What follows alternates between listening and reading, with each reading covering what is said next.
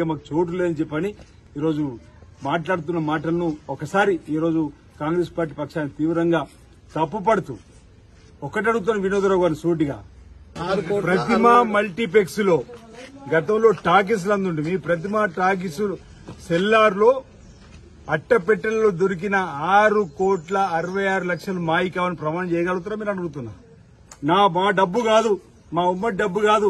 రాబోయే ఎన్నికల్లో నేను ఎంపీగా పోటీ చేసిన కోసమే నా బంధువులు నేను కలిసి అక్కడ దాచుకున్నామని చెప్పని అన్నట్టు మాట తప్పు అని చెప్పి ప్రమాణం చేయగలుగుతూ ఉంటారు మీరు.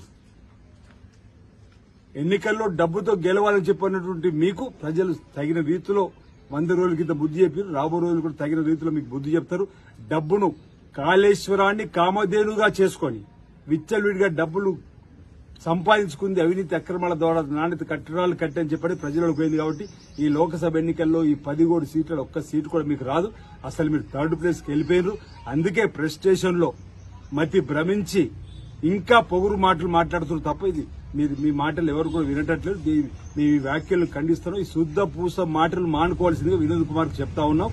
గతంలో ఎందుకు మీ కేసీఆర్ ఫ్యామిలీకి ఈ శుద్ధ పూస మాటలు చెప్పలేదు? ఆనాడు Congress party, TDP, YSR, CPI, CPM మొత్తం మంది ప్రతిపక్ష నాయకులు ఒక ఎంఐఎం, బీజేపీ అందరికి కలుపుకున్నప్పుడు తప్పని ఎందుకని అడుగుతున్నా. ఇప్పుడు స్పీకర్ గారు వెంటనే నిర్ణయం తీసుకోవాలని అంటాడు.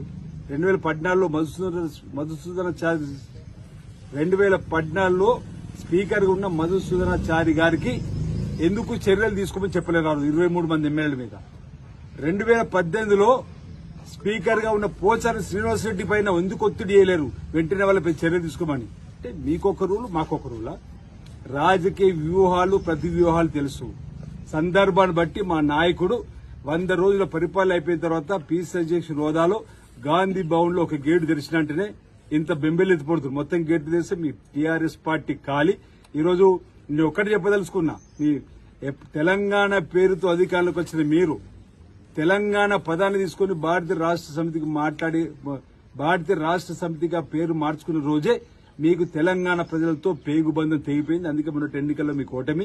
ఇక రాబో రోజుల్లో మీకు తెలంగాణలో స్థానం లేదు. భారతదేశంలో మహారాష్ట్రకు డబ్బులు ఖర్చు పెట్టారు, ఎక్కడెక్కడికో పోయి మీరు తెలంగాణ సొమ్మంతా కూడా దాడి చేసిన ప్రజలకు వెళ్లింది. కాబట్టి ఈ రోజు మీకు ఈ గతి అనేది మాట సందర్భంగా చెప్తూ రాబో రోజుల్లో మేము ప్రజాస్వామ్య పంతాలను ముందుకు పోతాం.